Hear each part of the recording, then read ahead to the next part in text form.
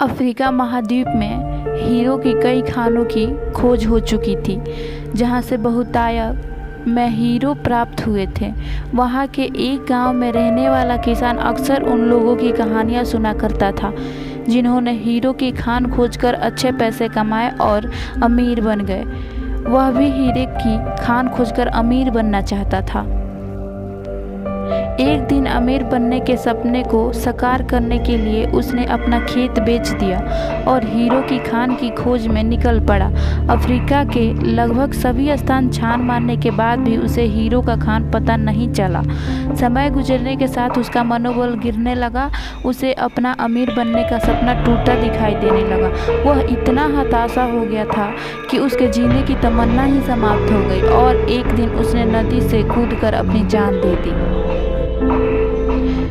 इस दौरान दूसरा किसान, जिसने पहले किसान से उसका खेत खरीदा था, एक दिन उसी खेत में मध्य बहती छोटी नदी पर गया। सहसा उसे नदी के पानी में इंद्रधनुषी प्रकाश फूटता दिखाई पड़ा। उसने ध्यान से देखा तो पाया कि नदी के किनारे एक पत्थर पर सूर्य की किरणें पड़ने से वह चमक रहा था। किसान ने झुककर वह पत्थर उठा लिया और घर ले आया। वह एक खूबसूरत पत्थर था। उसने सोचा कि यह सजावट के काम आएगा और उसने उसे घर पर ही सजा लिया। कई दिनों तक वह पत्थर उसके घर पर सजा रहा। एक दिन उसके घर उसका एक मित्र आया। उसने जब वह पत्थर देखा तो हैरान हो गया। उसने किसान से पूछा, मित्र, तुम इस पत्थर की कीमत जानते हो?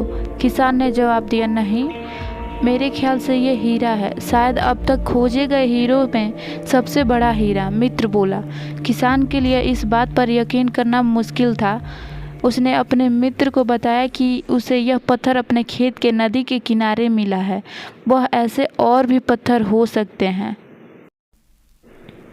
दोनों खेत पहुंचे और वहां से कुछ पत्थर नमूने के तौर पर चुन लिए। फिर उन्हें जांच के लिए भेज दिया। जब जांच रिपोर्ट आई तो किसान के मित्र की बात सच निकली। वे पत्थर हीरे ही थे। उस खेत में हीरो का भंडार था। वह उस समय तक खोजी गई सबसे कीमती हीरे की खदान थी। उसका खदान का नाम किम्बरले डायमंड माइंस है। दूसरा किसान उस खदान की वजह से मालामाल हो गया।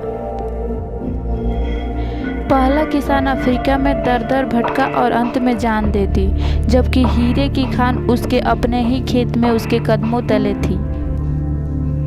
सीख, मित्रों, इस कहानी से हीरे पहले किसान के कदमों तले ही थे, लेकिन वह उन्हें पहचान नहीं पाया और उनकी खोज में भटकता रहा। ठीक वैसे ही हम भी सफलता प्राप्ति के लिए अच्छे अवसरों की तलाश में भटकते रहते हैं। हम उन अवसरों को पहचान नहीं पाते या पहचान कर भी महत्व नहीं देते, जो हमारे आसपास ही छुपे रहते हैं।